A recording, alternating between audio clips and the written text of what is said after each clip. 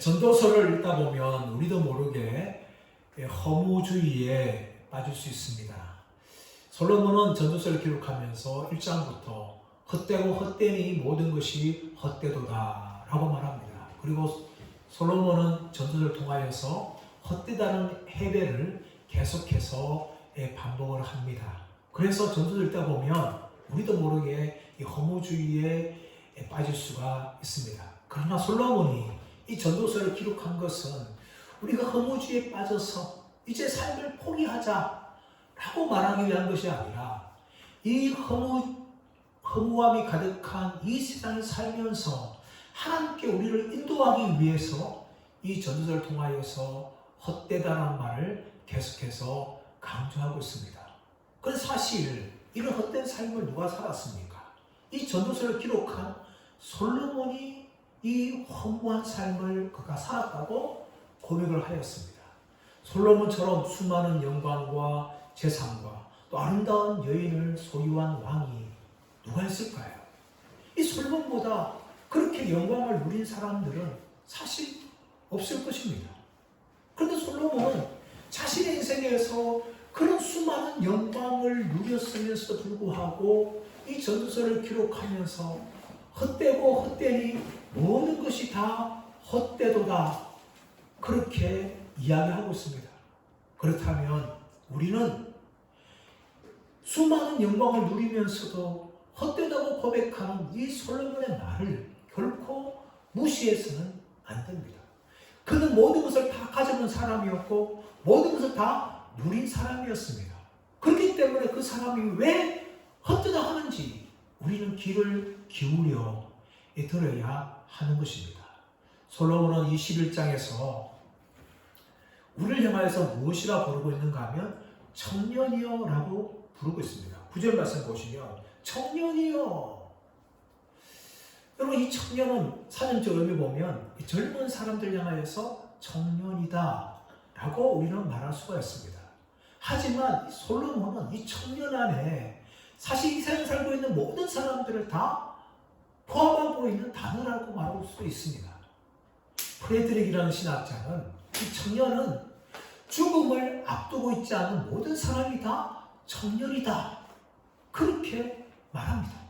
그런 관점을 보면 저와 여러분은 사실 모두가 다 청년입니다. 제가 시골에 가끔 가는 적이 있습니다. 그런데 시골에 가다 보면 아직도 새마을운동 깃발이 있으면서 이 청년회라는 것을 걸자 볼 수 있어요. 저는 어떻게 시골에 청년들이 있을까 하면서 궁금해하면서 청년회 회장이 누구냐를 알아본 적이 있는데 60대 후반인 거예요. 그 시골에 대부분 다 90이 넘은 어른들밖에 없기 때문에 60대 후반이 청년회 회장이고 60대 넘은 사람들이 다 청년이라는 겁니다. 시골만 그렇습니까? 아닙니다. 오늘날 우리의 인간의 수명이 계속해서 늘어나고 있습니다. 100세를 넘기신 분도 있고 90세 넘은 분도 정말 많습니다. 그런 분들에 비하면 사실 모두가 다 청년입니다. 이제 죽음을 앞두고 있는 사람들 외에 이 땅의 삶을 살아가는 모든 사람들은 다 청년이죠. 그러므로 솔로몬은 저와 여러분들에게 이 땅에서 어떻게 살아가야 하는지에 대해서 청년으로서 어떤 지혜를 가져야 되는 데서 말하고 있는 것입니다. 첫 번째 따라하겠습니다. 나누어 주며 살자. 우리 1절 말씀 보시면 너는 내 떡을 물 위에 던지라 여러 날 후에 도로 찾으리라 라고 이야기합니다. 이 떡이라는 것은 레헴. 이 떡은 사실 빵입니다. 빵. 이스라엘 백성들은 빵을 먹었습니다. 빵뿐만 아니라 사람이 먹는 모든 음식을 이 떡이라는 단어로 설명할 수 있는 거예요. 그런데 이 떡을 흐르는 물 위에 던지면 어떻게 됩니까? 그 물에 의해서 떡이 흘러가 버리죠. 찾을 수가 없는 거예요. 솔로몬은 네가 가진 소유물을 물 위에 던지는 모험을 해라 라고 이야기합니다. 그런데 알고니아에도 1절 말씀 보시면 여러 날 후에 도로 찾으리라. 여러분 사실 생각해 보십시오. 물이 흘러가고 있어요. 근데 거기에 음식물을 던지면 어떻게 그것을 도로 찾을 수 있습니까? 그러나 솔로몬은 말도 안 되게 여러 날 후에 도로 찾으리라 그렇게 말하고 있는 것입니다. 그렇다면 내 떡을 물 위에 던진다는 의미가 무엇인지에 대해서 우리는 다시 한번 이 의미를 살펴봐야 합니다. 이 던진다는 것은 살라흐, 보내다는 겁니다. 물 위에 그것을 보내면 배처럼 그 던진 것이 흘러가게 되어 있어요. 도로 못 찾는 것이죠. 그러므로 이 떡을 던진다는 의미가 무엇인가는 크게 두 가지로 해석할 수 있습니다. 하나는 무엇인가 하면 구제나 자선 사업을 말합니다. 우리의 가진 소유물을 나한테만 머물게 하는 것이 아니라 다른 사람들에게 흘려보내라. 그런 의미로 해석할 수 있는 거죠. 그러면 내가 흘려보낸 것을 언젠가 다시 찾게 된다는 것이다. 내 병 대처할 수 있지만 또 내 자녀들에게 내가 베푼 선행들이 부메랑이 되어서 나한테 돌아올 수 있다. 라고 해석할 수 있는 거죠. 예수님께서 마태복음 10장 42절 말씀 보시면 무슨 말씀하는가 하면 누구든지 제자의 이름으로 소자에게 물 한 그릇 주는 자는 결코 그 상을 잃어버리지 않는다. 라고 예수님이 말씀하신 거예요. 우리가 어떤 사소한 선행을 한다 할지라도 예수님께서 그것을 아시고 갚아주신다는 거죠. 그뿐만 아니라 예수님께서 마태복음 25장 말씀 보시면 양과 염소의 비유를 하십니다. 양을 오른쪽에 염소를 왼쪽에 두면서 양들이 사람들 향하여서 너희를 위하여 예비된 천국에 들어가라. 그렇게 이야기해요. 그러면서 너희는 내가 줄일 때 먹을 것을 주었고 목마를 때 마실 것을 주었고 헐벗을 때 옷을 주었고 옥에 있을 때 찾아왔었고 병들었을 때 돌보아 주었다. 그렇게 예수님께서 말한 겁니다. 다시 말하면 양들은 하나님의 백성으로서 자신이 가진 것들을 자신만 소유한 것이 아니라 사람들에게 나누어지고 흘려보내는 그런 삶을 살았다는 것을 알 수가 있는 겁니다. 잠언서 19장 17절 말씀 보시면 가난한 자를 불쌍히 여기는 것은 여호와께 우이는 것이니 그것을 갚아주신다 라는 말씀이 나옵니다. 가난한 자를 불쌍히 여기는 것은 하나님께 우이는 거예요. 그래서 그 선행을 갚아주신다는 겁니다. 이것이 바로 이 구제와 자선의 의미로서 1절을 해석할 수가 있는 겁니다. 또 하나는 무엇인가 하면 이 1절을요 해상 무역과 관련되어 해석할 수 있는 거죠. 이 돈을 벌기 위해서 배들은요 다른 나라로 이제 여행을 하죠. 여행을 가가지고 그곳에 물건을 사가지고 다시금 그 나라로 와서 물건을 파는 이 해상 무역을 솔로몬 당시에도 했다는 겁니다. 그런데 이것은 참 위험한 일이었어요. 지금처럼 일기예보를 한 달 거, 1년 거 알 수 있는 게 아니죠. 내일 날씨를 사실 알지 못하는 거예요. 오늘 날씨가 맑았다 하더라도 내일은 완전히 폭풍이 몰아칠지를 도저히 예측이 불가능한 시대가 이 솔로몬 시대였어요. 그리고 해상 무역 한다는 것은 이 배를 바다에 뜬다는 것은 상당한 모험을 해야 되는 거예요. 그런데 그 모험을 할 가치가 있는 게 무엇입니까? 그 모험을 통해서 많은 돈을 벌어들일 수가 있는 겁니다. 열왕기상 10장 22절 3절 말씀 보시면 솔로몬이 다윗에 배를 두었는데 3년마다 그 두었던 배를 가지고 이스라엘로 물건을 실어 옮겼는데 금이나 은이나 상아나 원숭이 같은 이런 것들을 무역을 해가지고 가져왔다는 거예요. 그래서 23절 보시면 솔로몬의 지혜와 재산이 세상에 있는 어떤 왕들보다 컸다라고 성경은 기록하고 있습니다. 솔로몬도 많은 부를 누릴 수 있는 것은 무엇인가 하면 이 해상 무역을 통하여서 누렸다는 거예요. 근데 그 해상 무역에서 많은 이익을 얻기 때문에 배를 바다 위에 띄우는 모험을 얼마든지 할 수 있다는 겁니다. 그래서 솔로몬은 많은 돈을 벌게 된 겁니다. 모험에 결말한 거죠. 근데 여러분 이렇게 솔로몬이 많은 돈을 벌었는데 솔로몬은 자신이 벌은 그 돈을 어떻게 한다고 말합니까? 2절 말씀 보십시오. 7에게나 8에게 나눠줄지어다. 무슨 재앙이 땅에 임할는지 내가 알지 못함이니라. 7이나 8이라는 것은 7번 완전수예요. 다시 말해서 많은 사람들의 네가 벌었던 것, 네가 소유한 것을 나누어 주어라. 근데 그 이유가 무엇인가 하면 재앙이 언제 내게 임할는지 알지 못하기 때문이다 라고 이야기합니다. 여러분, 우리 오늘날 뉴스를 볼 때마다 얼마나 깜짝깜짝 놀라는 소식을 듣습니까? 한 달쯤인가요? 한 달 정도 지났나요? 하와이 얼마나 큰 물이 났습니까? 그래서 하와이 전체가 다 섬이 타버리고 수많은 사람들이 죽고 많은 피해를 입지 않았습니까? 그런데 일주일 전인가요? 리비아에서 또 홍수가 나가지고 2만 명 넘게 사람들이 죽고 식중되어지고 또 도시 전체가 아예 그냥 홍수에 의해서 휩쓸리 나가는 그런 일들이 일어났습니다. 근데 그런 일들이 일어나는 것을 일주일 전에 예측했겠습니까? 하루에 예측했겠습니까? 예측이 불가능한 거죠. 이렇게 뜻하지 않은 재앙들이 우리의 인생에 찾아옵니다. 우리의 죽음도 마찬가지예요. 우리의 인생에 살지만 내일 죽을지 안 죽을지 우리는 도저히 알 수 없는 그런 인생을 살아가고 있습니다. 이런 인생을 살아가기 때문에 솔로몬은 네가 벌었던 그 돈들, 네가 가지고 있는 그 돈들을 7이나 8명에게 나누어 주어라 그렇게 말합니다. 근데 이것은 자본주의를 살아가고 있는 우리들의 방식과 다릅니다. 우리들은 어떻게 합니까? 가지고 돈을 벌었어요? 그 돈을 벌면 어떻게 합니까? 7이나 8군데 분산 투자를 하죠. 그래가지고 우리의 재산을 끝까지 잘 지키고 잃어버리지 않으려고 그런 노력을 합니다.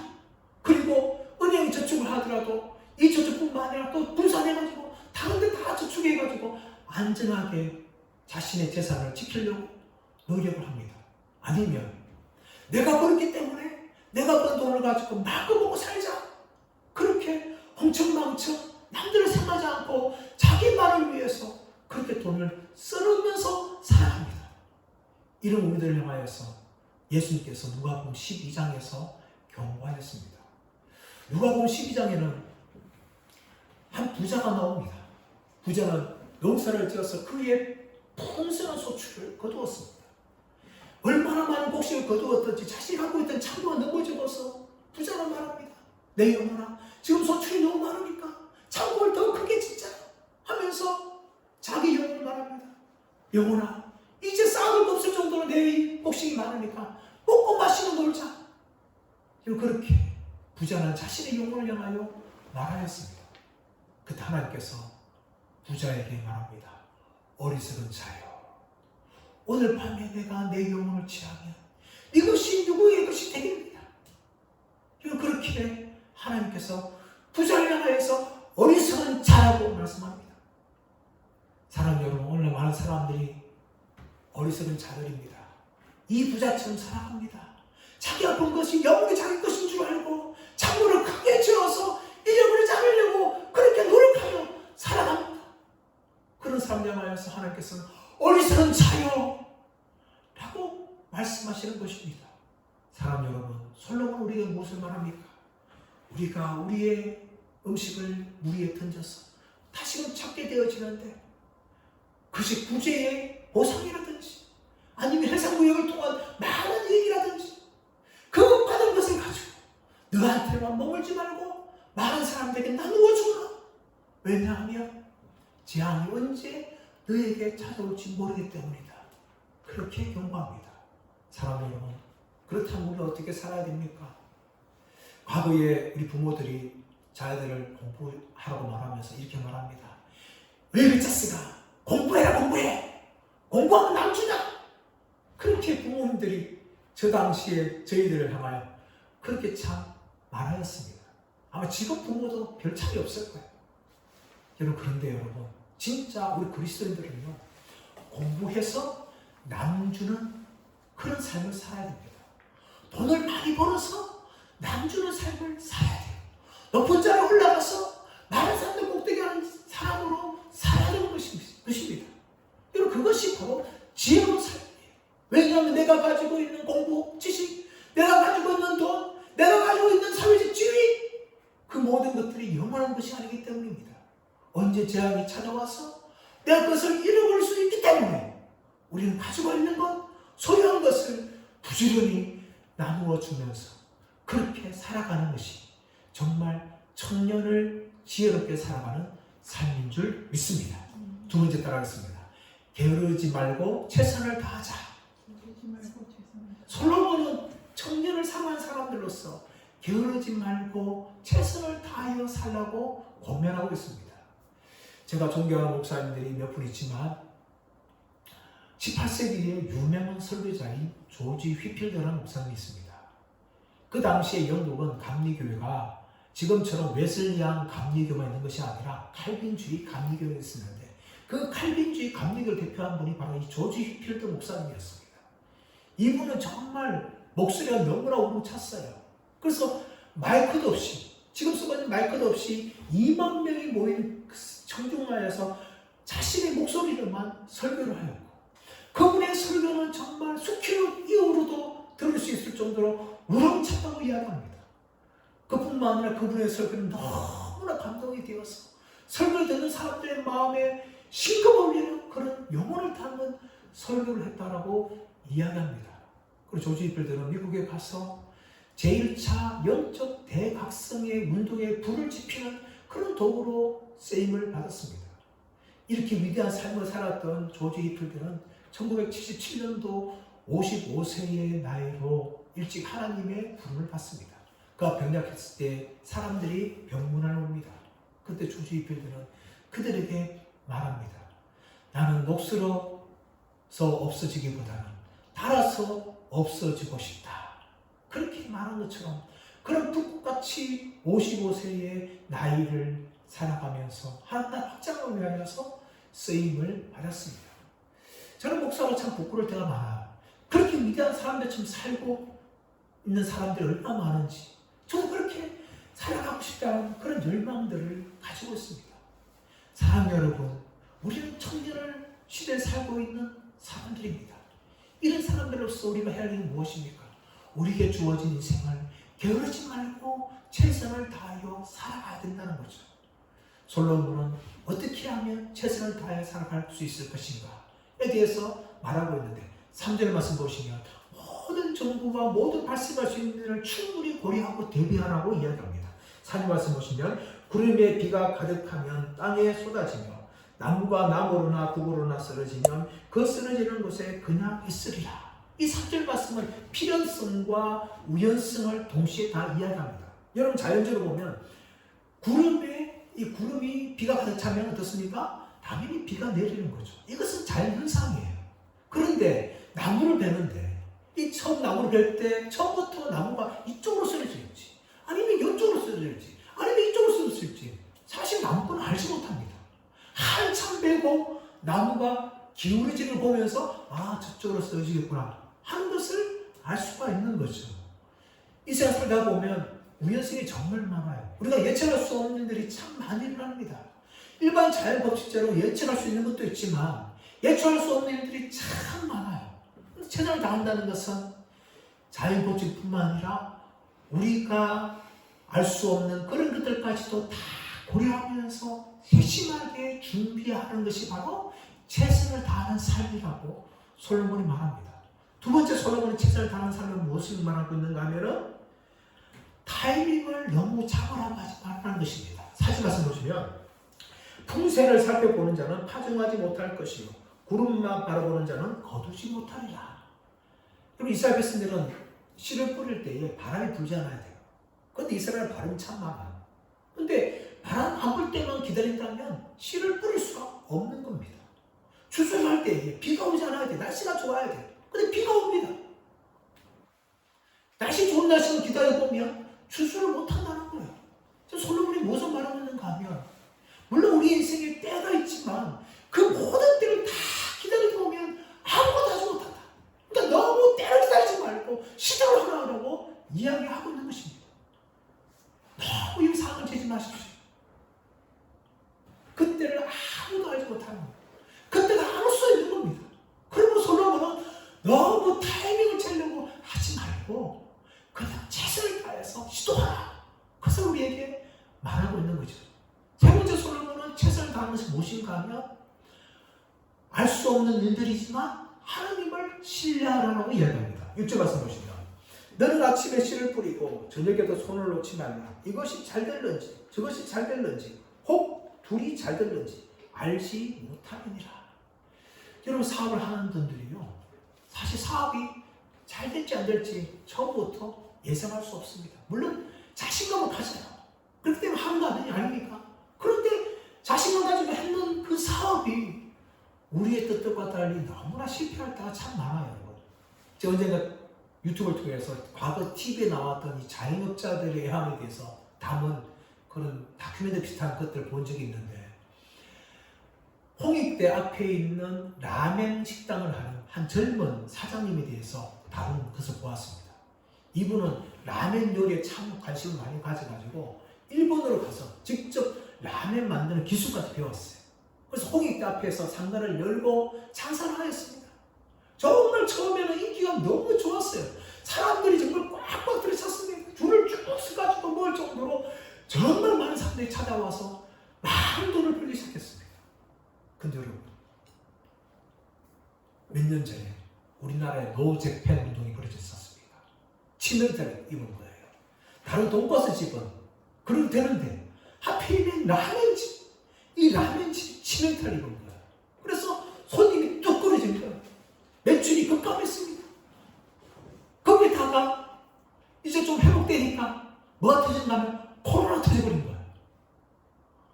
그래서 이분이요, 이게 정말 이제는 가게를 접어야 되는구나 할 정도의 어려움을 겪고 있다. 그렇게 이 TV에서 방영한 것을 본 적이 있습니다. 여러분, 그것이 우리의 인생 아닙니까? 처음에는 누구나 다 성공하려고 합니다. 그러나 성공하는 것 같아도 실패할 수 있는 것이 바로 우리의 인생이라는 거예요. 솔로몬의 이런 인생을 향하여서 우리가 할 것은 무엇이라고 말합니까? 하나님을 신뢰하는 거예요. 5절 말씀 보시면, 바람의 길이 어떠함과 아이벤 자의 폐에서 뼈가 어떻게 자라는지 내가 알지 못하는 같이 만사를 성취하시는 하나님의 일을 내가 알지 못하느니라.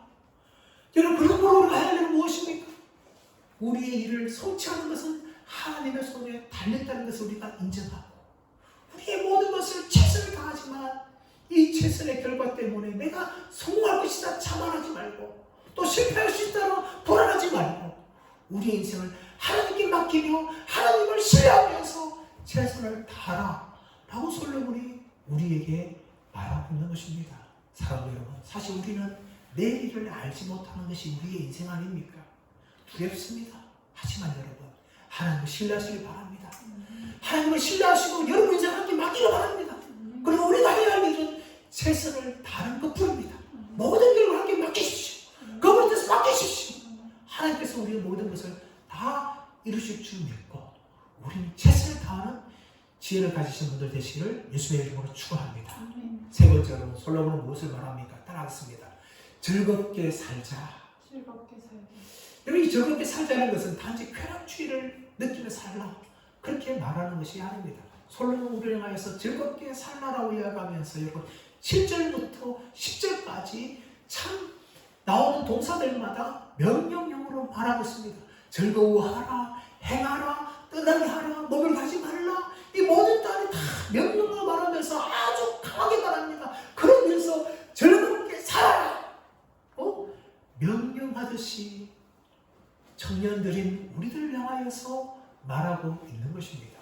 그렇다면요, 왜 우리 인생을 즐겁게 살아야 될까요? 왜는 무엇인가 하면 아무리 즐겁게 살려고 할지라도 우리의 인생에는요 어려운 일이 참 많다는 겁니다. 9절 말씀 보세요. 8절 말씀. 사람이 여러 해를 살면 항상 즐거워할지어다. 그러나 캄캄한 날들이 많으리니 그 날들을 생각할지어다. 다가올 일은 다 헛되도다. 사람이 여러 해를 살면 항상 즐거워해야 되는데, 그러나 캄캄한 날들이 많다는 거예요. 캄캄한 날들이 많다. 요즘 흔히 개업을 하든지 직장에 들어간 사람들이든 일상생활에서 축복하는 건 뭡니까? 꽃길만 걸으세요. 이렇게 말합니다. 물론 얼마나 좋은 말입니까? 여러분, 제가 가게 오픈하는 가게를 지나갔는데 하원에 꽃길만 걸으세요. 그렇게 하원에 크게 글자가 적혀있더라고요. 여러분, 꽃길만 걸으면 얼마나 좋겠습니까? 근데 우리 인생은 어떻습니까? 아무리 꽃길만 걸으려 해도 오늘 8절에 말하는 것처럼 캄캄한 날들이 참 많다. 그 가운데 우리가 꽃길을 걸을 수 있는 이 행복한 시간들은 얼마 되지 않는다는 겁니다. 그러므로 여러분, 우리가 이 행복을 누릴 때마다 어떻게 됩니까? 즐겁게 살아야 돼요. 즐겁게 살아야 돼요. 왜냐하면 우리 인생에는 이 즐거움 시대는 얼마밖에 되지 않고 캄캄한 날이 참 많다는 겁니다. 8절 하반절 말씀 보시면 다가오리는 다 헛되도다. 10절 하반절 말씀 보시면 어릴 때와 검은 머리의 시절이 다 헛되니라. 이 헛되다는 것은 짧다는 거예요. 여러분. 우리 인생도 짧고 그 짧은 인생 가운데서 정말 행복하고 즐거워할 수 있는 모든 시간도 다 짧다는 거예요. 금방 지나간다는 거예요. 시간도 얼마 되지도 않는데 그 시간조차도 다 짧게 금방 지나가는 겁니다. 삶을 힘들게 살지 말고 주어진 것을 누리며 감사하며 즐거워하라. 그렇게 솔로몬이 말한 것입니다. 또 우리가 즐거워야 되는 이유는 무엇입니까? 여러분, 9절 하반절 말씀 보시면 이렇게 되어 있습니다. 그러나 하나님이 이 모든 일을 말미암아 너를 심판할 줄 알라. 하나님의 심판이 있다는 거예요. 여러분. 이 하나님의 심판은 우리가 두 가지 생각할 수 있는 하나는 무엇인가? 아니면 우리가 인생은 함부로 산 것, 막 산 거에 대해서 하나님 심판할 수 있다는 겁니다. 청년이니까 젊으니까 노세 젊어서 노세 하면서 마음껏 쾌락주의 반영하면서 흐랑방탕에 산 거에 대해서 하나님이 심판하실 거예요.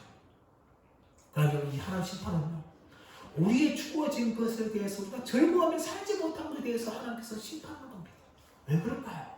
그 이유는 무엇인가 하면 우리에게 주어진 시간들, 우리에게 주어진 건강들, 우리에게 준 모든 것들 다 하나님의 선물이기 때문입니다. 하나님께서 우리에게 선물로 주셨는데 그 선물 받은 우리가 감사하면서 누리고 즐거워하지 못한다는 것은 오히려 하나님의 심판의 대상이 될 수 있는 거예요. 하나님은 우리의 인생을 우리가 마음껏 살도록 창조하셨습니다. 하나님은 그분의 형상으로 우리를 창조하셨지만 동시에 우리가 무엇을 주는가 하면 자유의지를 주셨어요. 우리에게 주어진 자유의지를 가지고 마음껏 인생을 누리면서 즐거워하며 살기를 하나님께서 원하시도록 그 자유의지를 주신 거예요. 그런데 그 자유의지는요, 막 살려고 주신 것은 아니에요. 우리에게 주어지는 것을 감사하면서 누리며 즐거워하며 살라고 주신 것입니다.